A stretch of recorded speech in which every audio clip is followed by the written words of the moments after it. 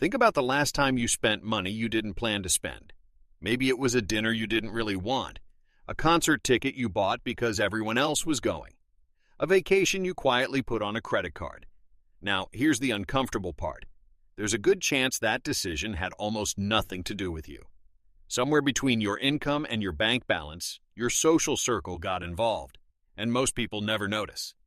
There's a concept in behavioral economics called social spending pressure, and it's one of the least discussed reasons why people with decent incomes still end up broke. It doesn't show up in budget apps. It doesn't have a line item.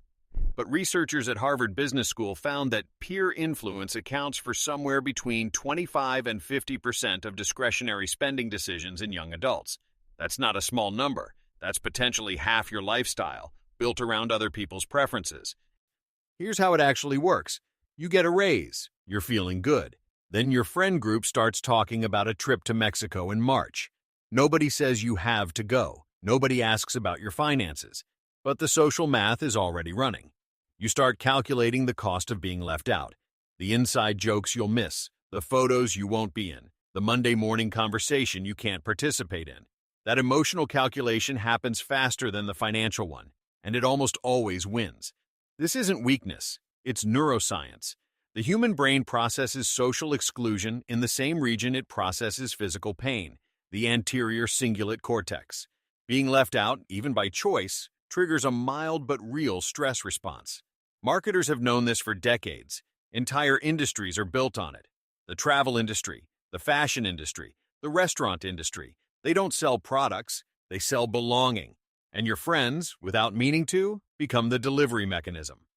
Now, let's talk about the math, because the numbers get absurd quickly. The average American spends roughly $3,000 a year on social spending, dining out, events, travel, gifts, that they wouldn't have chosen independently. Over 10 years, assuming a modest 7% annual return if that money were invested instead, you're looking at over $41,000 in lost wealth. Not from bad investments, not from a market crash, from brunches and bachelorette parties and rounds of drinks nobody needed. The money didn't disappear into bad luck. It disappeared into social friction you were too uncomfortable to resist. And here's where it gets quietly ironic. The people in your circle who seem to be keeping up the easiest are often the ones carrying the most debt. A 2023 survey by Lending Club found that 61% of Americans were living paycheck to paycheck, including people earning over $100,000 a year. The lifestyle that looks effortless from the outside is frequently financed. The weekend trips, the restaurant orders, the new cars. It's not abundance. It's a performance of abundance. And it's contagious. What makes this harder to fix than typical overspending is that the solution isn't just discipline. You can cut out coffee. You can cancel subscriptions. But you can't spreadsheet your way out of a social identity.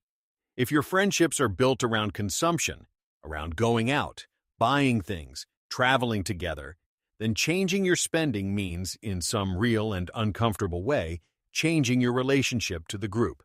That's a much bigger ask.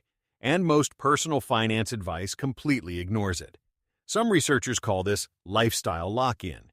The longer you participate in a spending culture, the harder it becomes to exit without social consequence. Your friendships develop around certain rituals that cost money. Opting out feels like opting out of the relationship itself. So people don't.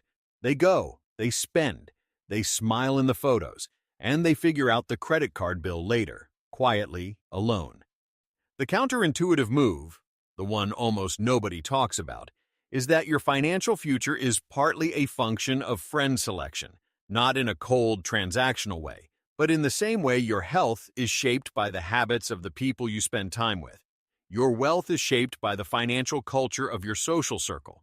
Studies by economist Nicholas Christakis showed that financial behaviors, like obesity and smoking, spread through social networks up to 3 degrees of separation. Your spending habits influence your friends' habits, which influence their friends' habits. You are not just affected by your social environment. You are part of someone else's. So the real question isn't whether your friends are making you poor. Some of them probably are. The harder question is what you're willing to do about it, and whether you even want to know which version of your life you've actually been choosing.